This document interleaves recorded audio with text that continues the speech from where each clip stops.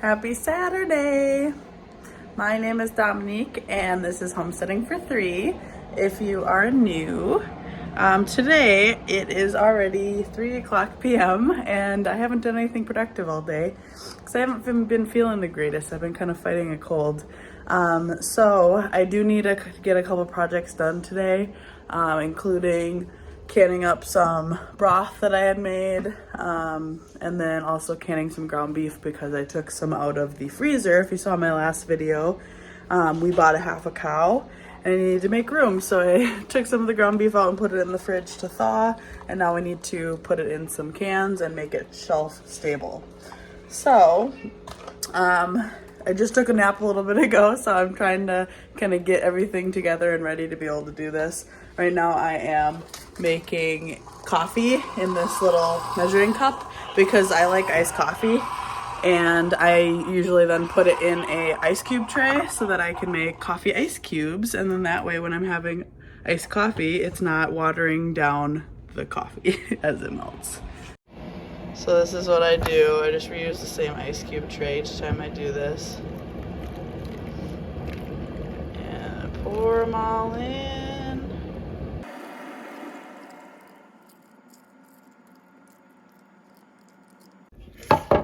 And this will go in the freezer for next time I want iced coffee.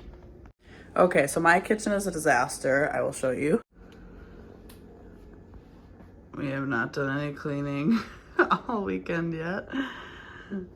But before I tackle that, I do need to make my daughter some, well, it's kind of a late lunch because we had a late breakfast, but she requested this. Not the most healthy thing in the world, but that is what we are going with today. All right, I have my water heating up, and while we do that, and we're waiting for the water to heat up, I'm gonna tackle all of this mess.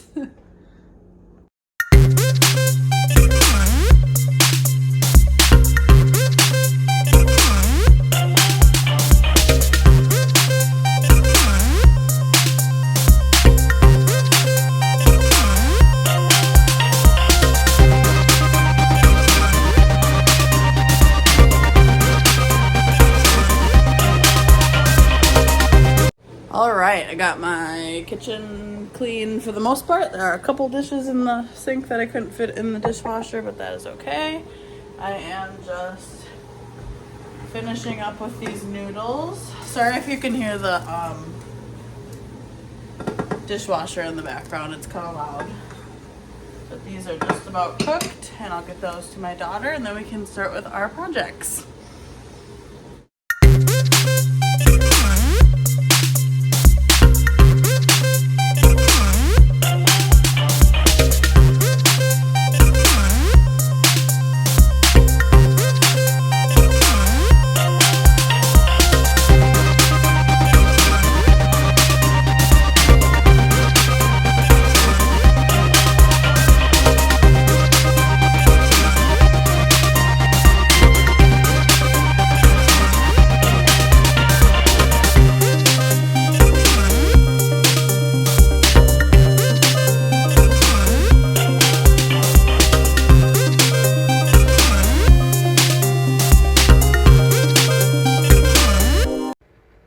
Alright, now at this point my husband started playing music, so I didn't want you to have to listen to all of that and all the background noise that was going on in my house. So what I had done is I had put a bunch of bones into my crock pot with some water and some other like veggie scraps and some spices and stuff. I do have a video coming up that will go over that in more detail. But what I'm doing right now is I'm straining out all of the non-broth.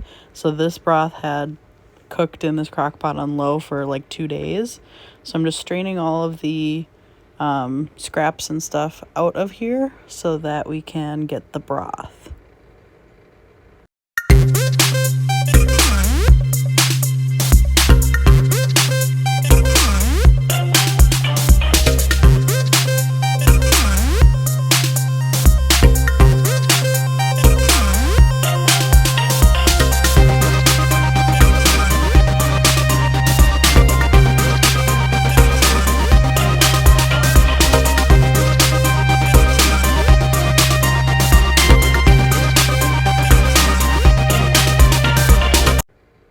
So this is what the broth looks like. Normally you would have to let the broth cool completely, and then you kind of skim off the fat off the top that kind of hardens at the top. But I had already done that by this point. I actually let it cool in the crock pot. So now I am just ladling my broth into my jars. I realized at this point that I only had about 1.5 quarts of broth, so I'm actually going to be doing a second batch of broth in my crock pot. So I won't be able to finish this in this video, but we will be doing ground beef here in a little bit. We'll be pressure canning some ground beef. So I already put in my beef bones, and now I'm going to be adding some vegetable scraps. I keep this Ziploc bag of veggie scraps, so whenever I cut an onion or peppers or carrots, I'll keep those scraps in that Ziploc bag in the freezer for when I make broth, and that just really adds some extra flavor. I'm also adding some red wine.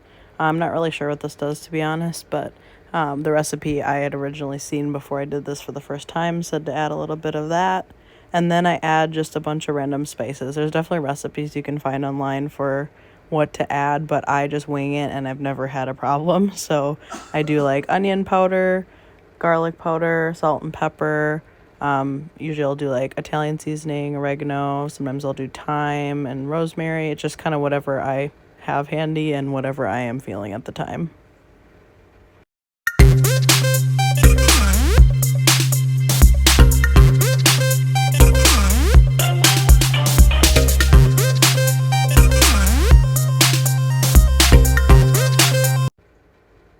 And now I just fill up the rest of the crock pot with water.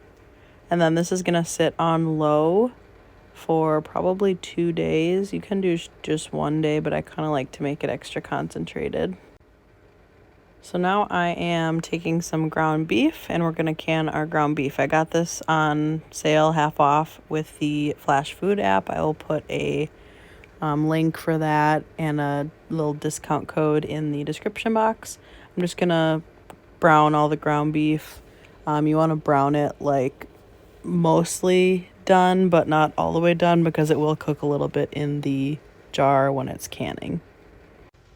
I absolutely love having shelf-stable ground beef because I don't have to think ahead of time to take the ground beef out of the freezer and let it thaw. So super nice to have.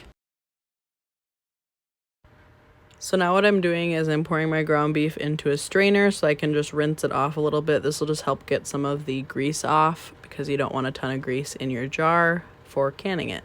And you'll notice in the background I am watching Becky from Acre Homestead. If you haven't checked her out, you definitely should. She has awesome videos on all things homesteading, and she's just a really big inspiration for me. And she's having a baby soon, so really happy for her.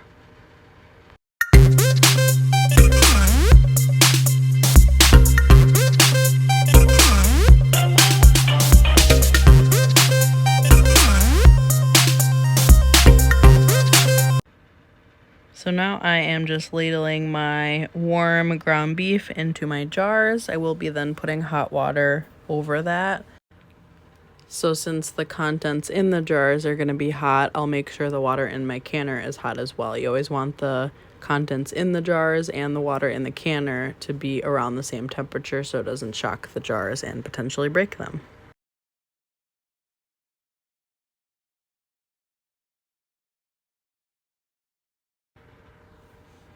I ended up deciding to use a food scale here just to make sure that the amount of ground beef I had in each one was around the same, just for recipe purposes. I think I put 1.5 pounds in each of these jars, but it's totally personal preference there as long as you're following the amount of headspace you're supposed to have in the jars based on the recipe.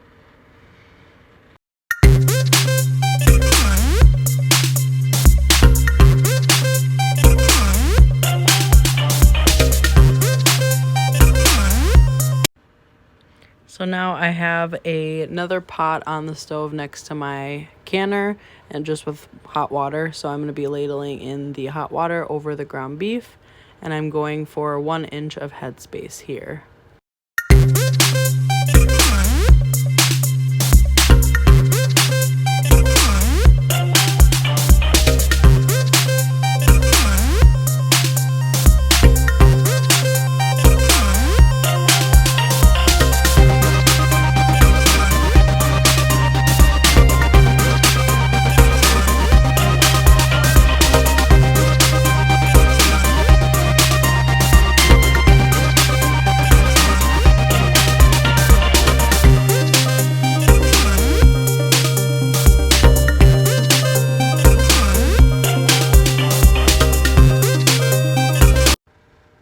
Now I am just debubbling, make sure there's no air bubbles stuck in there, and just double checking my headspace after I debubble. Sometimes it goes down a little bit.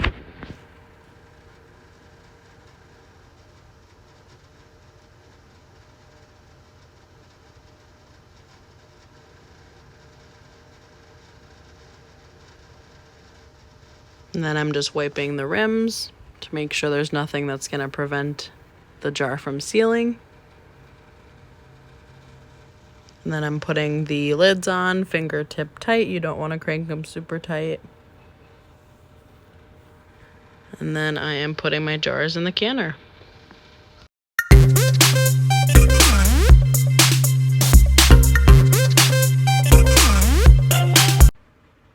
Now I am just putting my lid on, and then I'm going to wait until there is a steady stream of steam for 10 minutes. I'm going to let it steam out for 10 minutes, and then I put this little weight on.